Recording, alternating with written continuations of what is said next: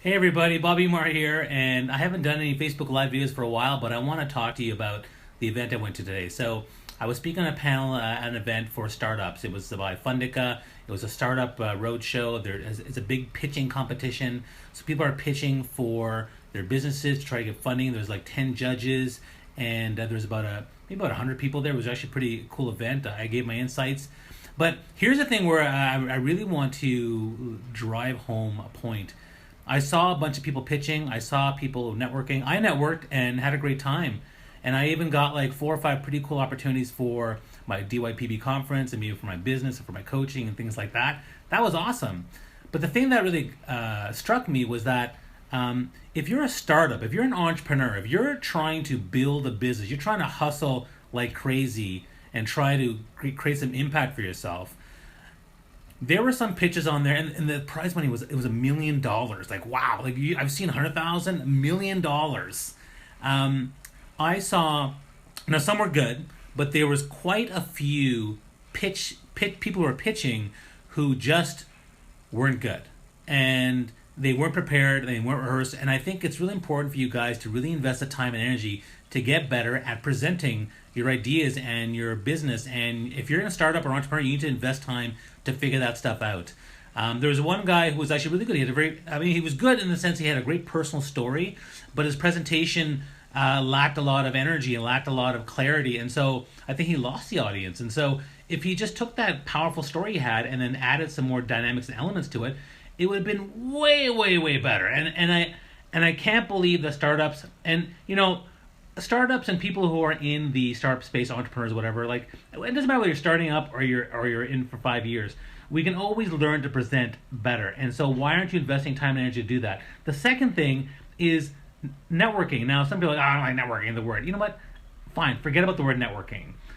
Relationship building, connections, cultivating relationships with people.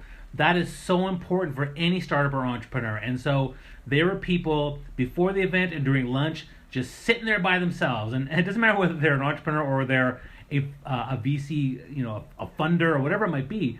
Why are you just sitting there? There was other people who are networking. Like the other thing is you got to become good at networking and cultivating relationships and talking to people and talking about your ideas. And I just went around and just engaged people and was able to generate five or six pretty good quality leads. And there was another five or six people that weren't that good, but that's pretty good. So again, two things. If you're a startup or an entrepreneur, and when I talk about this stuff, there's two certainties in life: death and taxes.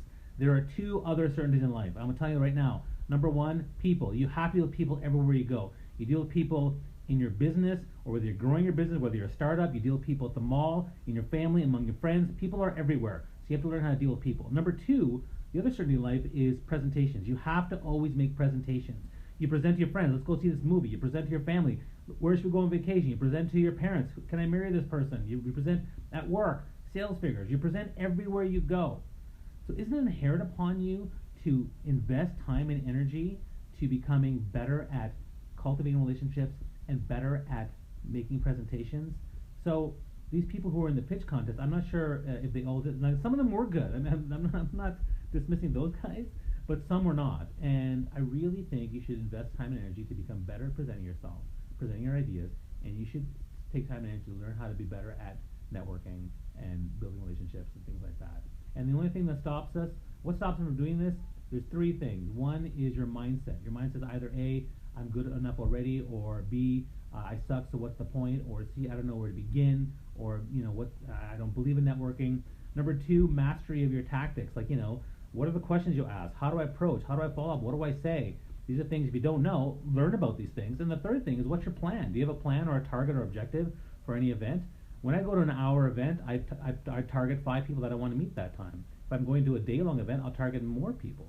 So today I met about 20 people, of which I think 5 to 10 were solid leads. And so, if you're an entrepreneur and if you're in a startup mode and you're trying to do this, and this can apply to other people as well in the corporate world or whatever, but I'm really targeting the startups because that's who was there. If you think this is helpful, please share this with somebody else, or like below or comment below. Ask me a question.